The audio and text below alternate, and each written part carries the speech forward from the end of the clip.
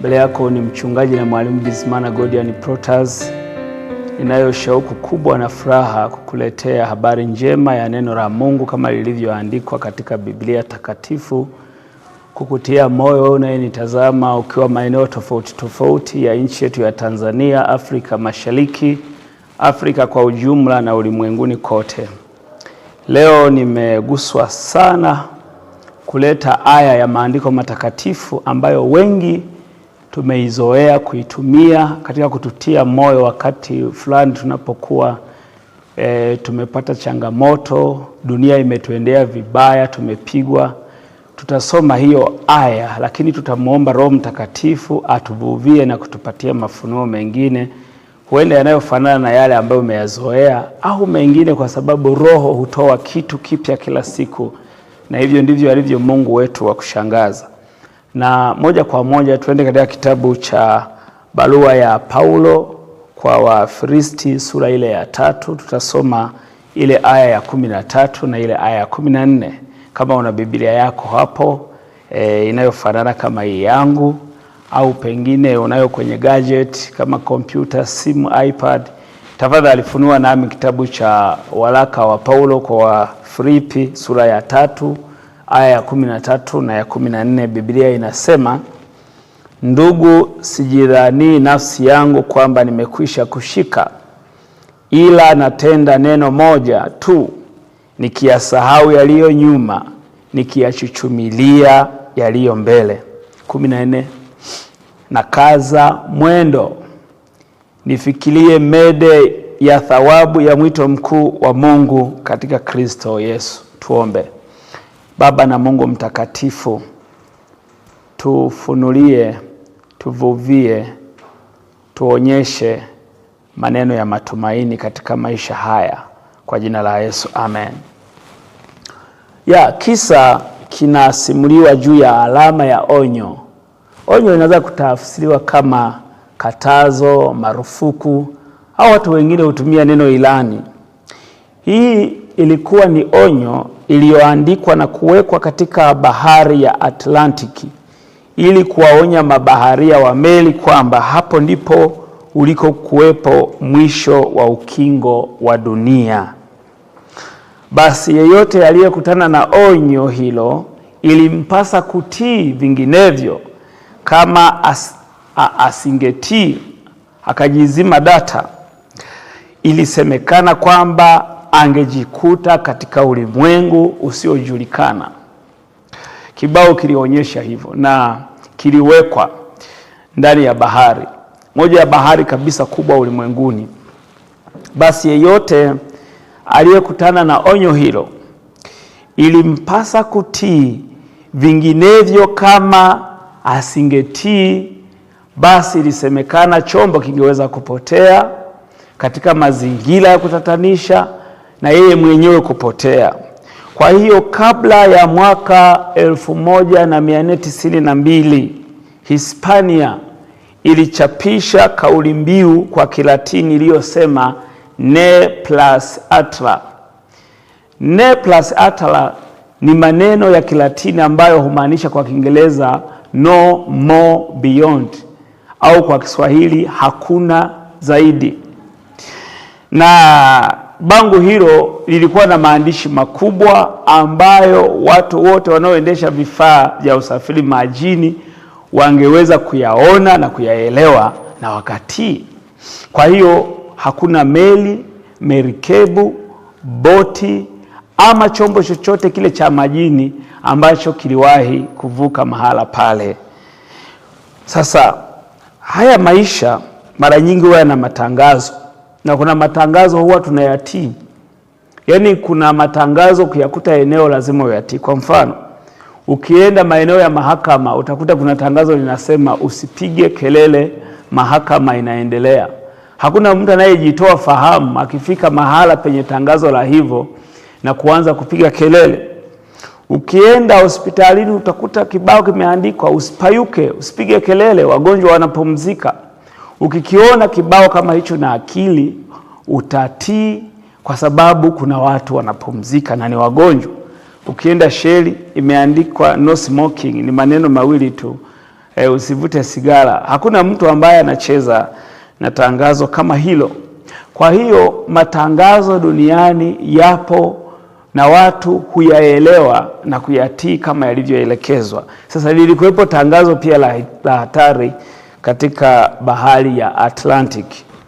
Sasa hadi mwaka 1492 ndipo mgunduzi mkubwa wa dunia, huyu ni mwanaume ambaye amefanya ziara ya kuzuru maeneo mbalimbali katika sayari hii.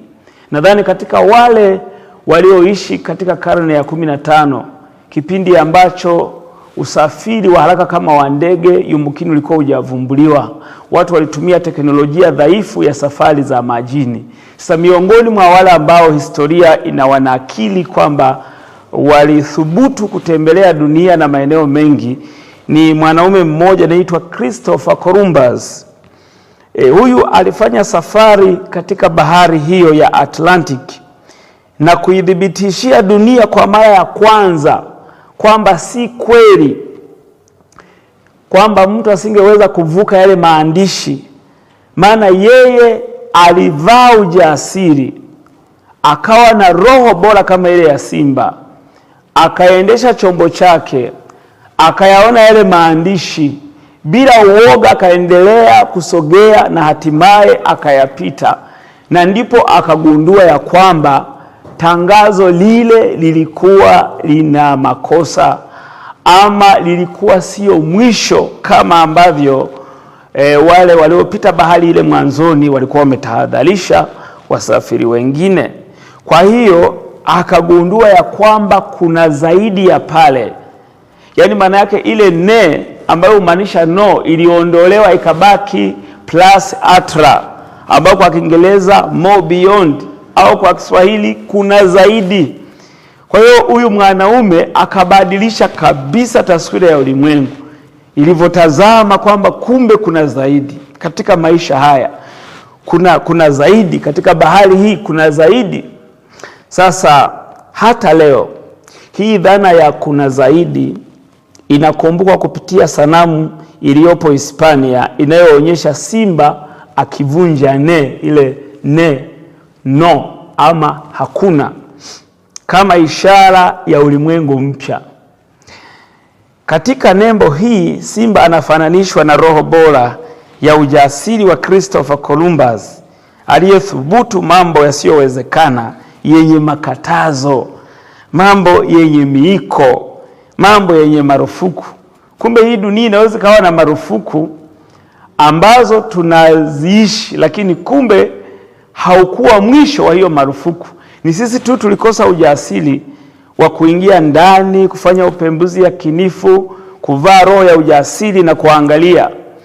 Na hivyo wengi tunabakia katika hiyo comfort zone, katika eneo la kujidaia, kwa sababu ubongo wetu haujishughulishi kuvaa ujasiri wa kwenda zaidi. Sasa kuna vidokezo muhimu katika kisa hiki ambavyo tunaweza tukajifunza kwa uchache kutusaidia sisi kama Wakristo katika safari yetu ya imani, zaidi sana tunapoishi hapa ulimwenguni, kwa sababu ni lazima tuchague kushinda tukiwa duniani, ndipo ushindi wetu dhibitishwe tutakapokuwa mbinguni. Kisa hiki kinawakilisha roho ya uchunguzi na kusukuma mipaka ya maarifa, kwamba usiridhike na kile unachodhani ni kitu kikubwa ulichonacho kwa sasa.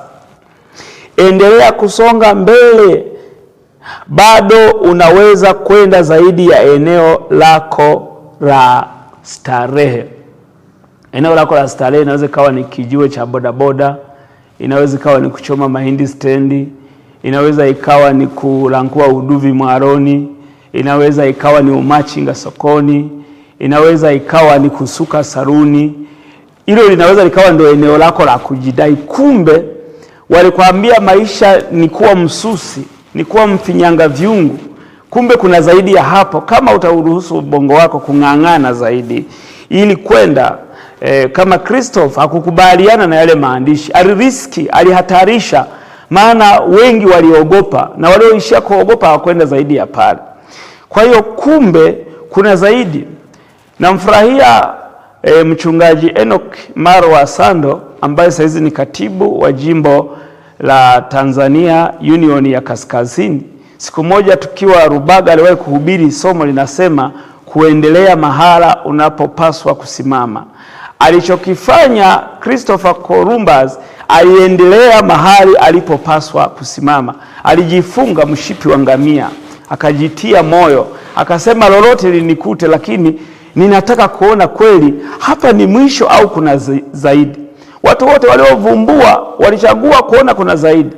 Siku moja nikiwa nafundisha Eden Valley pale Busweru Mwanza, niliwahi kutoa wanafunzi study tour, tukaenda uwanja wa ndege pale Mwanza kujifunza. Walitufundisha wale watu vitu vingi, wakatuambia ndege imegunduliwa mwaka 1905 na vijana wawili wa Kimarekani. Wao waliona hawa ndege njiwa, ndege joni, kunguru, mwewe wanavyopaa. Hawakuishia kuona kwamba tu wanakaa kwenye viota wanataga mayai wanapaa. Wao wakajifunza hatuwezi tukatengeneza kitu kingine kinachoweza kupaa. Ndipo wakaitisha kwa mara ya kwanza kusanyiko la watu kwamba walikuwa na kifaa cha kuzindua kinachoweza kwenda kinyume na kani unyenyuo, na watu wakasema twende kushuhudia vijana wanavyokufa leo. Na wanasema kwa mara ya kwanza waliporusha ile ndege walianguka wakapata majeraha lakini madogo. Kuanzia hapo idea ya ndege ikawa imevumbuliwa, na hata leo kama unataka kutengeneza kiwanda cha ndege lazima uwe na trademark ambayo ni zao la wale vijana, familia zao zinakula hadi leo kwa ubunifu walioufanya. Nani leo ambaye hapendi kusafiri na ndege? Watu wakaenda airport, selfie unaonyesha Fly Emirates iko nyuma yako, Tanzania Air, Kenyan Air.